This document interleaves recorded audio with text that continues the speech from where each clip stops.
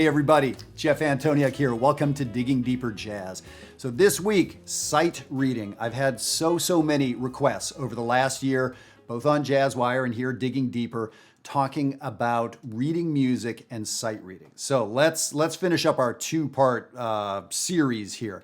The first part was the most important part. So the biggest thing I can say about this video is stop and go watch the other video. The first video was talking about the most important part of sight reading. That's why it was the first video, the rhythmic aspect. Any pro will tell you getting the rhythm correct is much more important than getting the pitches correct. If you haven't seen that video, that's where to start and get to work. Today, I want to talk about the melodic side of things. So sort of the other big part of reading, which is how do we actually get some of the correct notes going on. Now, this is important. These videos, Digging Deeper, everything really I do in my educational career is for adult amateurs and semi-pros. Those are the folks that I love talking to and working with. Now, is it important for all adult amateurs and semi-pros playing jazz, because that's what I talk about, to be excellent readers or to even be able to read music? I've thought about that a lot. The answer is no. You don't have to be able to read music on a lot of instruments to play in my jazz band master classes or on JazzWire. We have folks who come to JazzWire who don't read music, or it's not at all a strength. If you're one of those people, don't worry about that, right? It is possible to be a smart, intelligent, contributing member of society and be illiterate, to not be able to read or write your language. But of course, it makes sense that it's a lot easier to get new information and to process that information when we have that going on. Now, some of the greatest musicians of all times are musically illiterate. Elvin Jones, the great drummer, could not read. He just didn't depend on his reading. As far as I know, he could not read. He internalized things orally and then played. Paul McCartney from the Beatles cannot read or write music, although he has written for the symphony orchestra. He figured out how to do that. Okay, so, if that's a choice, yes, I'm too old, too much time has passed, I'm not going to learn how to read music, fine, if that's your decision. But I will say at JazzWire, the folks that are at 70 years old learning how to read music, their playing is getting so good because it's organizing all these sounds and organizing them graphically. And most human beings sort of relate to things graphically, which is what reading music is, right? So let's do this. And by the way, I've got a great PDF for you. It's a typical one-page PDF that I offer here at Digging Deeper, free. Please write us this week to get it. There's a second page, which has one of my compositions on it, which I'd love to challenge you to learn how to play. It's called Springfield. All right, let's look at the sheet and the first important item here for reading melody. One of the biggest things you can do is look for the key signature. So now there's an implication there that you know key signatures or you know what they imply. So, okay, now we're getting to talk about theory. Where are you going to learn this theory part? Well, of course, that's what we do day in, day out at jazzwire.net. I really hope we get a chance to work together there. So look at the first item on the sheet. And what is the key signature? If we're thinking about a major key, what is the key signature of two sharps? Maybe you know that, maybe you don't. But when you know that, that's kind of what we need to do to get up and running with melodic reading. So D major, those two sharps. Now here's the bigger question. Can you play me the D major scale on your instrument? Is it comfortable? Can you do it without too much thought? That is hugely important. So when you can do that, it basically lets you know the universe we're in. Are we talking about cattle? Or are we talking about the new Superman movie? Or are we talking about quantum mechanics? Do you know a little bit about those topics? And are you a little bit able to say something about them?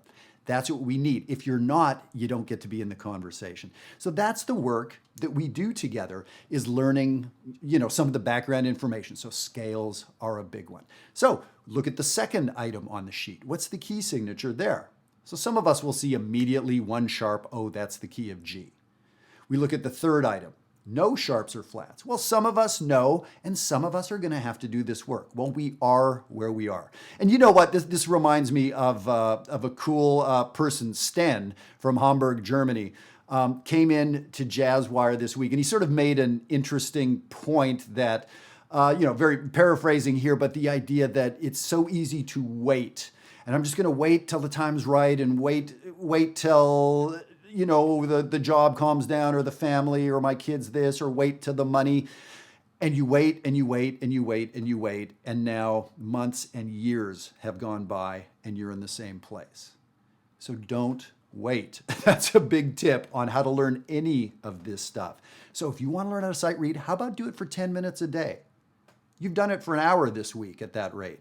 You've sight read for 50 hours this year just by doing it 10 minutes a day. Do you think you'd be better at something if you did it for 50 hours? Of course you would, right? So don't wait to get started on this stuff if you really think it's a goal. Okay, the next really big tip related to key signatures is, now can you see the exceptions to the rule? Well, okay, look in item number 1. We see we're in the key of D major. I see that first line. Perhaps you can see a pattern. It's called a scale, right? We go up. Okay. Now, oh wow, I notice in the third and fourth measure some exceptions to the rule, some naturals. All right, so those sharps, flats, naturals, those are a big deal, right? Those are altering the universe that we're inside. So maybe your fingers know the D major scale, but now there's a change to that. So one of the biggest things is putting your brain in the zone of a scale or a tonality or a shape, playing bass and guitar, or even piano. The shape of C major and D flat major is different, the implied fingerings, right? So that little bit of technique on your instrument, the little bit of theory knowledge makes your sight reading better. So all this stuff leans on each other. And that's why I'm suggesting that when you become a better reader, you're better at theory. You have better technique because you're a better reader. It's very interesting how all this comes together. And I love helping people with this stuff. And I love seeing people put in a little work in one place, but it shows these huge improvements elsewhere. That's how we can get good very, very quickly. So that's what this is all about. That's what these videos are all about. Let's look at the next item. And this is looking for different tonalities or scales or shapes, looking for different things that you recognize. This is about pattern recognition, right? When you're reading a language, it's pattern recognition. When you're driving down the street, you are recognizing patterns. You're looking at street signs, or you're looking at a person crossing this, whatever it is, it's patterns, right? So the more patterns you know, the more things you've seen and given a name to, the more likely you can deal with it effectively the next time you see it. Look at item number 1. What would we call that pattern in the first measure? Looks to me like a D major scale, going from the root to the root. So perhaps visually, do I have to play all 7 or 8 of those notes? Do I have to look at every single one of them? No. I know the universe is D major. My fingers know what that feels like, and my eyes can quickly scan it and say, wow, that looks pretty linear. I don't see any holes in that nice smooth line. I'm going to guess it's a D major scale. And yes, it is. Now look in the second measure. What do we see? Wow, well, I see a bunch of skips down, but I do know my D triad. And I do see that the first couple notes in the second measure of item number 1 are a D triad. Okay, maybe you know your triads, maybe you don't. This is another thing where as your reading gets better, your theory gets better. Your sort of the licks and the devices you have under your fingers, right? You look at the third measure now. What do we see? Well, I see exceptions to the D major scale. Perhaps you know that third note that has a natural sign, perhaps you know that's called a flat third. Perhaps you're aware that makes something minor. Perhaps now you're seeing the third measure as a D minor scale because that's something you've practiced before or heard about or seen a video about. Perhaps your fingers know the D minor scale. So you see how this works. We're doing pattern recognition. Okay, let's talk about the last important item, and that is make educated guesses in time. Make educated guesses so that you're moving forward. And when you play something wrong, not if, you're going to play something wrong. When you play something wrong, keep moving ahead. When you misspeak, don't stop and apologize and perseverate over that word. And now I guess everyone in the room thinks I'm dumb. And no, that's not going to go well, right? And we've all probably had those experiences, and now you're in your head and you're not even thinking about what you're supposed to be saying next, and you've stalled and oops, right? No. So we get in the habit, as we do with language or walking. You've tripped before, but unless it was something really serious, you trip, you lose your balance, and you're off and moving ahead. You're not even thinking about it anymore. So again, that skill that you have physically or with language, we bring to music. So those little hints can be really, really helpful for you. So we just had those sort of quick 4 rules. So one more time, this idea of knowing our key signatures and knowing the implied scales. So some of you now have tangible music homework to do. The second item was looking for accidentals, looking for exceptions to the rule. First thing, look for the rule. Second thing, look for exceptions to the rule. Third thing, look for shapes or patterns or tonalities that you recognize. And the more you read, the more you're going to recognize. Your file cabinet's just going to keep getting bigger and bigger. And then the last thing is don't stall out. Make educated guesses. Don't worry that every note's perfect, because it won't be. And the interesting thing is, as you get better and better at it, you misspeak less, right? Do you remember misspeaking today, tripping over a word? Maybe you did, but there's a decent chance you didn't. And even if you did, so what?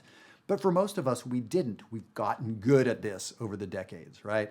So again, if you do this for 5 or 10 minutes a day, that would be fantastic. And on page 2 of the PDF, as I said, this song of mine, Springfield. So I thought this would be a cool one to offer up to you. It's a song I play a lot live on gigs. I'm going to be playing it in Toronto in a couple weeks, coming up in December. It's cool because it's got all this stuff in there. Of course, there's key signatures, there's accidentals. It's based on a pentatonic sound. There's triads in there. There's chromatic scale things, and there's almost chromatic things that'll throw you for a little loop. You may make an educated guess. Oh, this is chromatic, but it's not quite. So this will be a cool one for you to work on a little bit. I'll play it for you just a cappella here before we head out. So really, the biggest thing I can say is just start doing this a little bit. As I said, I work with musicians who just haven't learned to read, and that's not a priority. And I'm good with that. I can work with that. But the people that put in a little time, I find get ahead better, quicker. So if you're a professional, and we have many pros watching this, or college students, these little tips can be helpful. Make sure you go back and watch the rhythm video. And next time you're reading, take one of these ideas, one of these rules, and think just about that. Just scan ahead for the accidentals. And you're going to find it's very, very interesting how much more accurate you are. Figure out what the zone is, scan for accidentals. All right, hope you enjoyed. I'm going to play Springfield for you right now. And of course, love to work with you at Jazzwire, where we can do this kind of work like every day in, day out, week in, week out, with a couple hundred other great adult musicians like you from around the country, around the world. All right, here we go, Springfield. 1, 2, 3, 4.